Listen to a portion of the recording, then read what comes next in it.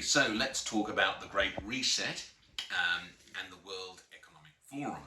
Um, these are topics that are coming up at the moment. But I think to start off with, it's best to point out that about 10 years ago, Britain set up the Big Society Capital, the Big Society Bank, something that had been ideas that had been sloshing around for a while, and David Cameron finally crystallised this in the first year or two of his prime ministership.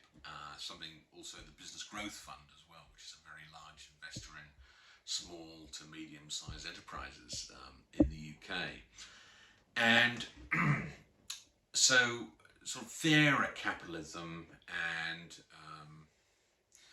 more constructive capitalism has been on the agenda for quite some time, which is a good thing because capitalism is in need of reform, and we'll talk about that as we go on. But I think the point is these ideas have been around for a while. Now, the World Economic Forum obviously is that organisation in Davos that Klaus Schwab runs, and it's quite productive in some ways, but it can attract sort of hand wringers and sort of self-important people as well. Now, the Great Reset is something that I think came out in about May of this year, May of 2020, and that is for the world to re-engineer itself towards carbon neutral green technologies, which is not necessarily a bad thing, and we talk in one of our posts about energy and the energy of the future and where it's going, and I encourage you to watch that.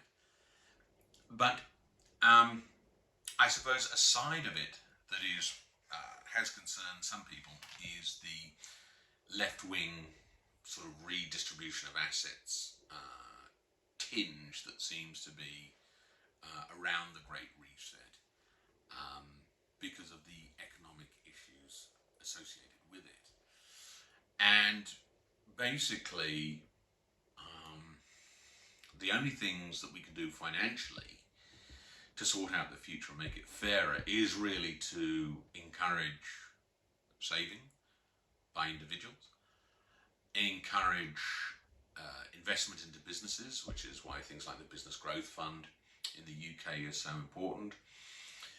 Big society capital that invests in social bonds and encourages urban growth, urban renewal, and successful government programs. Those are the ways that you move forward in an unambiguous, unmitigated, successful way. Those things always deliver. Backing society with social capital, backing small to medium enterprise, business with investment, encourage personal saving on the part of individuals from an early age and financial literacy. Those things will always deliver the best returns. Cutting taxes is good a lot of the time, but it does present its own issues. And deregulation is often good if you can streamline regulation as part of that deregulation. But it is not unambiguously good. Regulation is unfortunately necessary, and simply deregulating everything will not always give you the positive, socially beneficial results you're looking for.